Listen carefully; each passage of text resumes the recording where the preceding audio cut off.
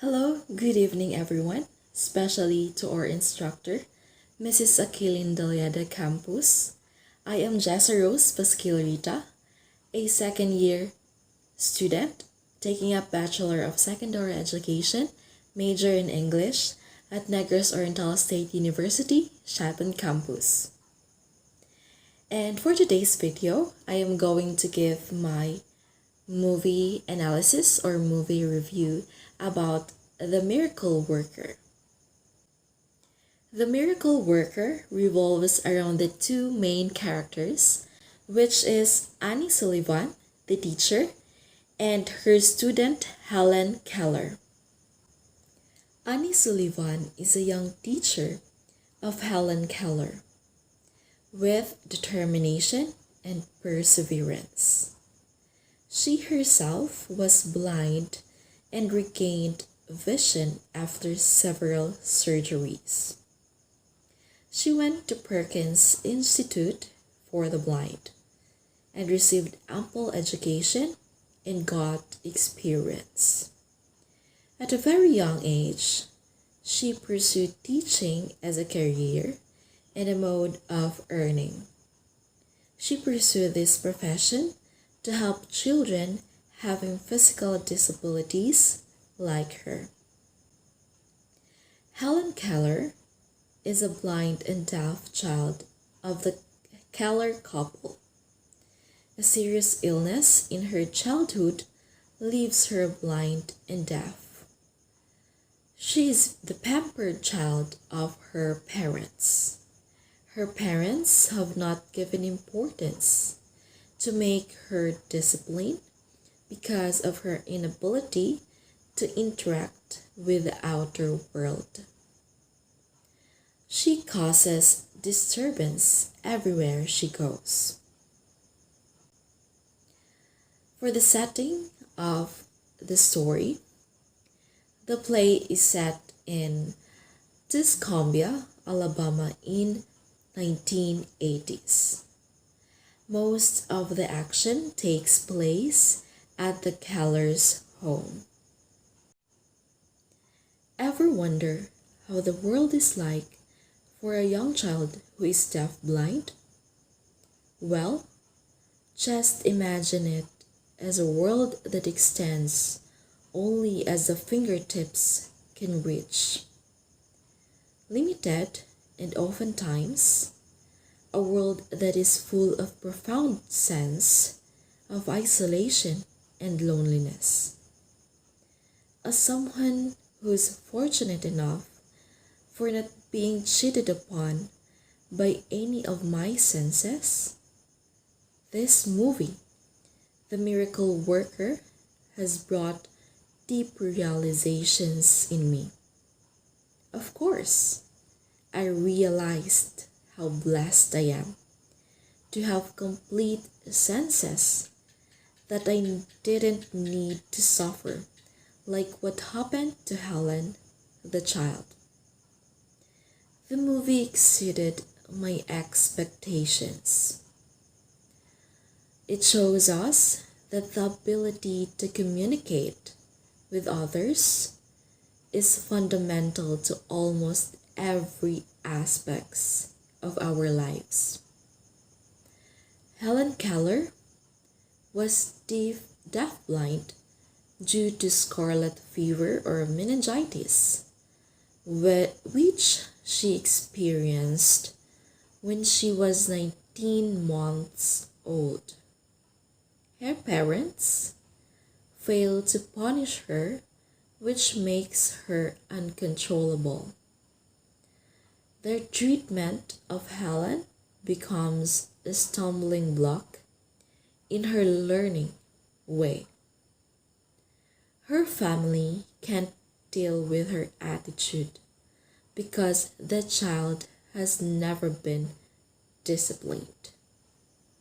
She gets what she wants, and if she does not succeed, she would throw up tantrums, and only Candice can calm her.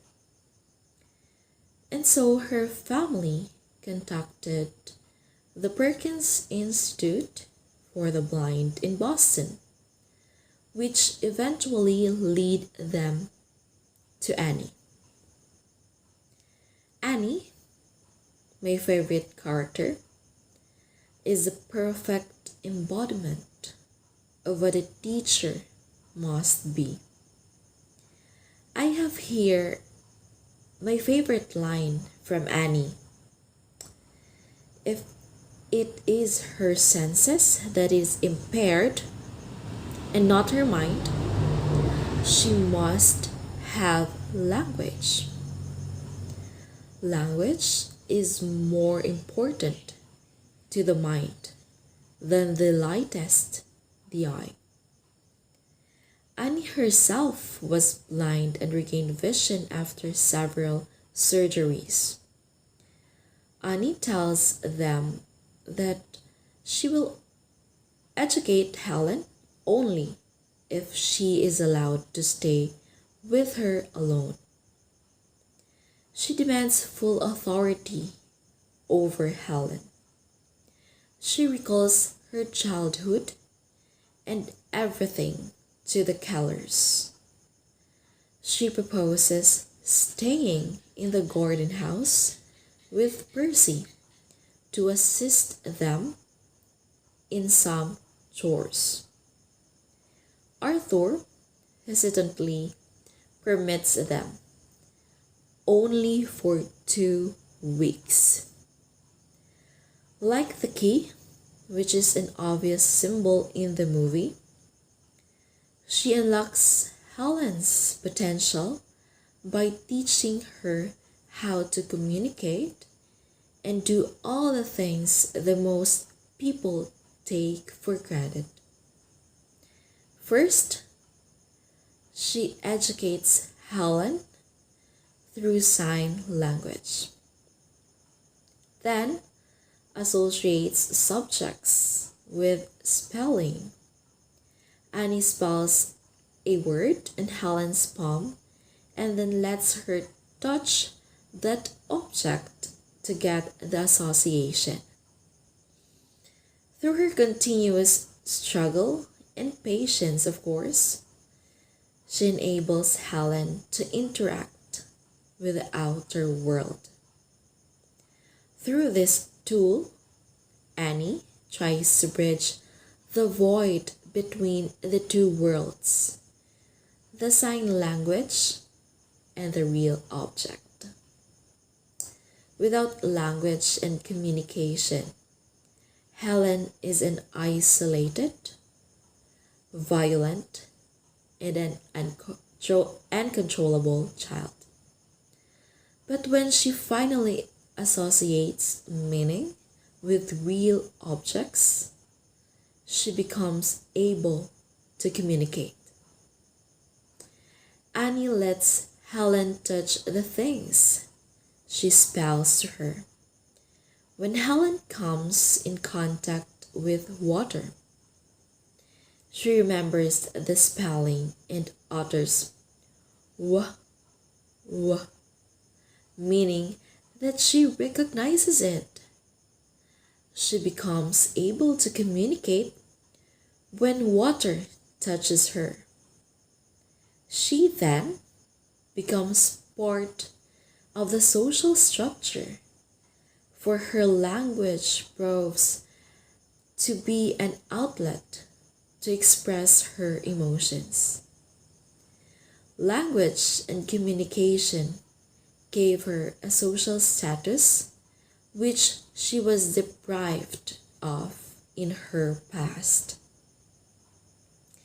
Annie's immeasurable patience is a perfect reminder for every teacher and future educator like myself that we should not give up so easily, even if there seem to be no hope at all. She is such a great teacher with high patience and determination. That's why she succeeded in teaching Helen. It is not easy to teach someone who is deaf and blind. Plus, Helen is someone who is not easy to control. I also admired the fact that Annie stood her ground by going against the entire Keller family while trying to discipline and teach Helen. Annie's love for Helen is tough, but really good for Helen's personal grooming. Children, like Helen, must not be pampered for the sake of sympathy and pity. Despite her own personal and emotional baggage, given the time by Mr. and Mrs. Keller, her passion to teach Helen is truly inspirational. Made the Kellers look at Helen not as a deaf blind child, but as a normal misbehaved child. One scene in particular stayed in my mind is the time when Annie questioned Mrs. Keller for giving Helen a piece of cake after stabbing her.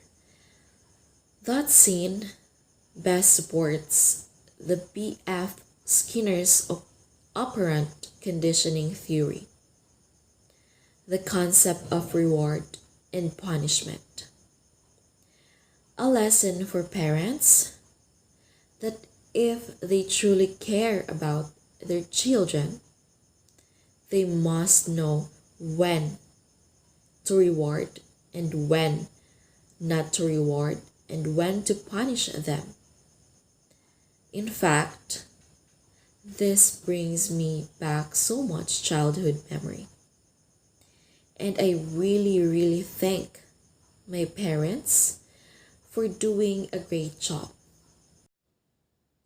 In a nutshell, the story teaches us to keep yourself motivated and keep moving forward despite the circumstances because nothing is impossible. And you really need to work for your dreams. That would be all. Thank you, and God bless us all.